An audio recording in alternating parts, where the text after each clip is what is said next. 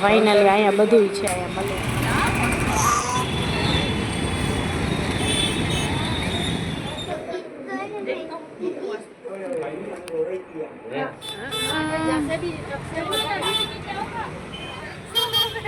ઓલી રિક્ષામાં બેઠા છે બેટરી.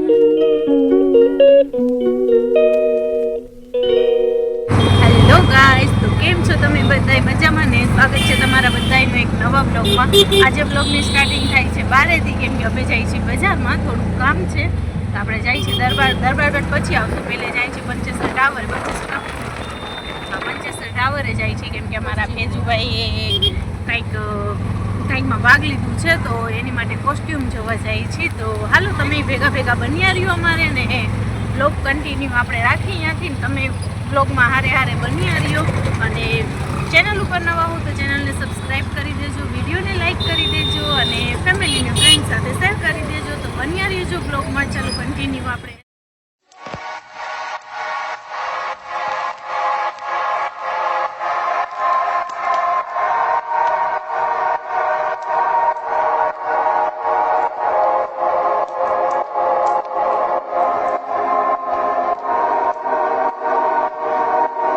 તો જો હવે આપણે રિક્ષામાંથી ઉતર્યા, અહીંયા પંચેસર ટાવરે આવી ગયા છીએ.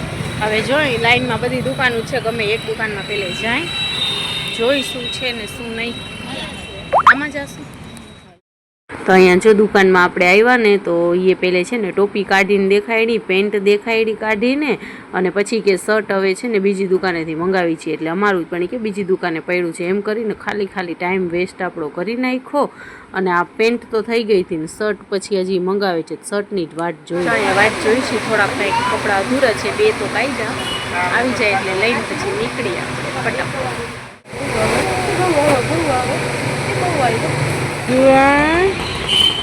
જો વાટ જોઈને અંદર બેઠા હતા, વાટ જોઈને પછી ઉરું અંદર બધું વીખવા માંડીને તો અમે આવી ગયા બારે.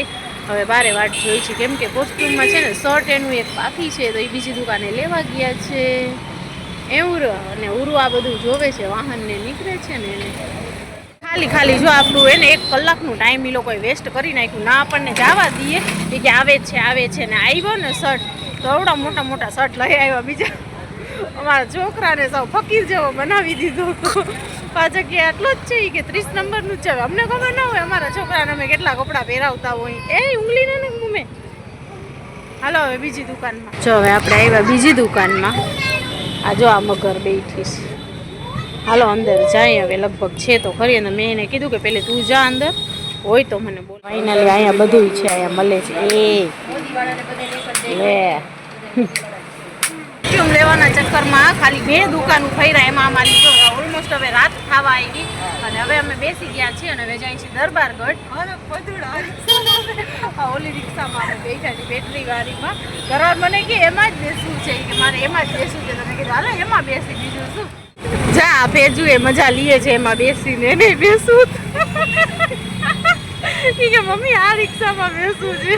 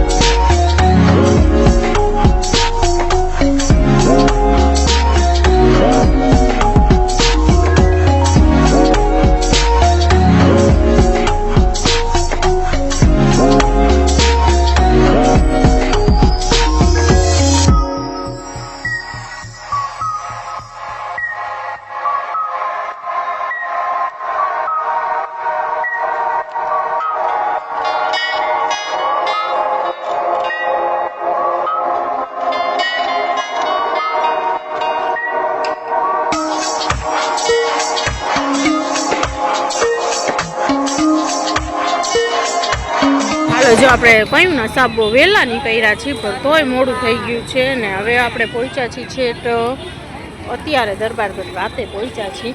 જ્યાં આપણે દીકાએ ને હવે જાય અંદર જોતા આવી, કાંઈક ને લેતા આવી. જો તો ખરી આપણને રાત થઈ ગઈ અહીંયા આવતા જ. એક ફેક થઈ ગઈ. ચા ધરારા બાઈ આ ડાબલો લીધો હોય ને ઘડિયા ઘડી ફેજું લઈ લે તો બેટા. ઘણી ઘણી ફેંકી દે છે ને પાછી એને હાથમાં જોઈ છે.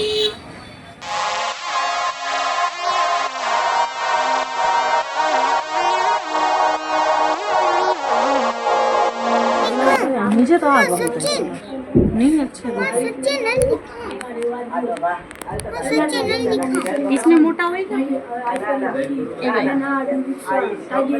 ए भाई અહીંયા ધ્યાન દો ને પેલા આ કલર નું મોટા બેન એક કામ કરને 3-4 જોડી લઈ જ લે ને ભેગા વાંધા નહીં બરાબર તો ઓલા જ માપકા હતા ઓલા से પછી તો પેરને से ढीले हो जाए ही अच्छा लगता है शोभता है તમે તો पेट होंगे देखो शोभता है हाँ तो ये पेरने से ढीला हो जाए मुक्का होता है थोड़ी लंबा हो पेरने से ना काई नहीं गरम થઈ ગયા એકદમ આપણી ઉપર આ બડા હોતે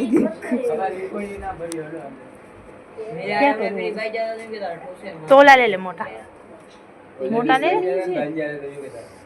लो ना इसके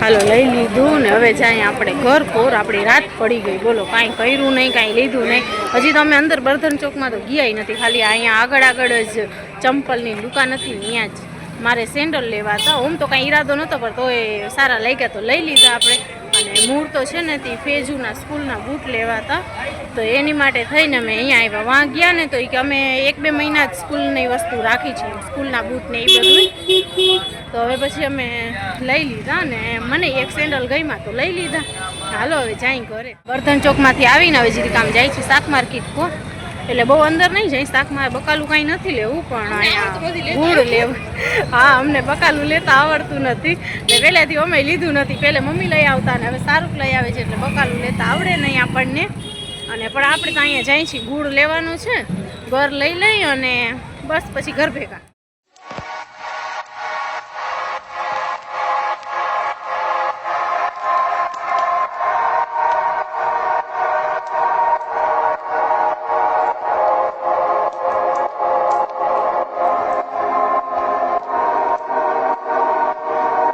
આપણે ઘરે આવી ગયા ને જો શું શું લઈ આવ્યા છીએ આ ફેજુના બૂટ સ્કૂલના બૂટ એના લેવાના હતા ઓલા જરાક ફિટ થતા હતા એટલે બૂટ લઈ આવ્યા ને એ હુરા એ આ કોનું છે એમાં દીકાનો ગુડ્ડો આવ્યો હાલા આ સાબુ બીજું શું લીધું જો આપણા સેન્ડલ મેં તમને કીધું ને કે સેન્ડલ લીધા તો આપણા સેન્ડલ ઓલી સાઈઝ જરાક ટૂંકી થતી હતી ને આ જરાક મોટી થાય છે પણ હવે મોટી લઈ લીધી ટૂંકી કરતા તો પછી બીજું શું છે હા ફેજુ એ ચંપલ લીધા અમે ખાલા ભાણે જે બે ચંપલ લીધા છે હા ચારની ગઈ બહુ મોટી વસ્તુ લીધી નહીં આગળ બસ હવે આ સ્કૂલનો કોસ્ટ્યુમ એનો સો ફ્રેન્ડ્સ જો હવે આપણે છે ને તે ઘરે આવી ગયા હતા ઘરે આવી અને રાંધવાનું કર્યું અત્યારે વ્યારું રાંધ્યું મુરગીનું શાક ચોખા રોટલી અને હવે છે ને મુસ્કાનને પડવા માટે મૂકેલી કહીએ બતા હાલ હાલશે એને છે ને ફાતેમાને એપલ ખાવું છે તે કે મમ્મી એપલ કાપી દો તો કે છરી આ મહિલી મેં કીધું હાલ ને હાલશે તો જો આપણે બજારમાંથી આવી ગયા બસ આ થોડુંક એવું છૂટું છૂટું સામાન લેવું હતું ને ખાસ કરીને તો ફેજુના છે ને કોસ્ટ્યુમ લેવા હતા એને હા 2 મિનિટનું તો છે ને તે આપણે લેતા આવ્યા અને હવે છે ને કે વ્યારું કરી રાંધી લીધું છે મુસ્કાન ગઈ છે પડવા માટે મુસ્કાન આવશે 10 વાગે તો ત્યાં સુધી આપણે બેઠા છીએ ફાતેમાનું કહું છું તને હાલ વ્યારું કાઢી દઉં ખાઈ લે તો એ ના પાડે છે એ કે એપલ કાપી દો ને ત્યાં સુધી હું ખાઈ લઉં આપણે બધા હારે બેસશું કેમ કે અમે ખાવા માટે બધા હારે જ બેસી. બપોરે તો છોકરા હોય નહીં, પણ અત્યારે હોય ને તો ભેગા જ બેસી, આમ ભેગા બેસીને જ ખવાય. તો એ હવે એને આદત પડી ગઈ છે કે ના તમારા ભેગી જ ખાઈશું. તો મેં કીધું હાલો આપણે પછી ખાશું. તો ફ્રેન્ડ્સ જો હવે આપણા વ્યારું પાણી થઈ ગયા છે ને હવે આપણે બેઠા છીએ હંમેશાની. બસ હવે થોડીક વાર છે પછી આપણે સુવાની તૈયારીને કરશું. તો હું બેઠી હતી તો મારું થોડુંક કામ લઈને બેઠી હતી કે થોડું ઘણું કરી નાખી તો છે ને કે થોડું થોડું કરીને પૂરું થઈ જાય. તો બસ જો ફિલહાલ આપણે બેઠા જ છીએ. અને છે ને કોમેન્ટમાં કંઈક મને ઘણા વિડીયોમાં એ કોમેન્ટ કરી હશે, 2-3 વિડીયોમાં, પણ આન્સર એટલે એમ કે રનિંગ બેસિક જ કોમેન્ટ હતી. તો કાંઈ આન્સર દેવાનું એનું થયું નહીં. તો મને કહે છે દીદી તમે મને આન્સર નથી કરતા. તો આ વિડીયોમાં સ્પેશિયલ તમારી જ કોમેન્ટનું આન્સર કરું. કે યુઝર આઈડીનું નામ નહોતું લખેલું કે હું નામ લઉં કાંઈ, ખાલી એ તો ખ્વાજા કા કરમ હે એમ લખેલું હતું યુઝર આઈડીમાં.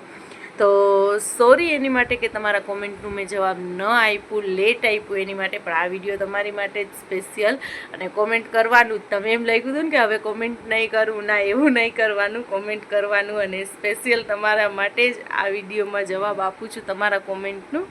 કે તમે સોરી એની માટે કે તમે 2-3 કોમેન્ટ કર્યા હશે ને મેં તમને જવાબ ના આપી શકી. તો એવું કાંઈ મારો ઈરાદો નહોતો, પણ અમુક છે ને એવું છે કે કોમેન્ટ તો હું બધાય વાંચતી જ હોઉં, તરત આવે ને એટલે હું જોતી હોઉં છું બધાય કોમેન્ટ. પણ એવું છે કે એમાં પછી જ્યારે વિડીયો આપણે શૂટ કરવા માટે અમે ફોન ઉપાડીને ત્યારે જે આમ વિચારવા જાય ને તમે સમજી શકો છો કે ત્યારે જે એમ કે આપણે એકદમથી બધાય કોમેન્ટ આપણને યાદ ના આવી જાય. જે અમુક એવા હોય 2-3 કોમેન્ટ યાદ આવે તો ત્યારે એનું આન્સર આપણે કરી દેતા હોય.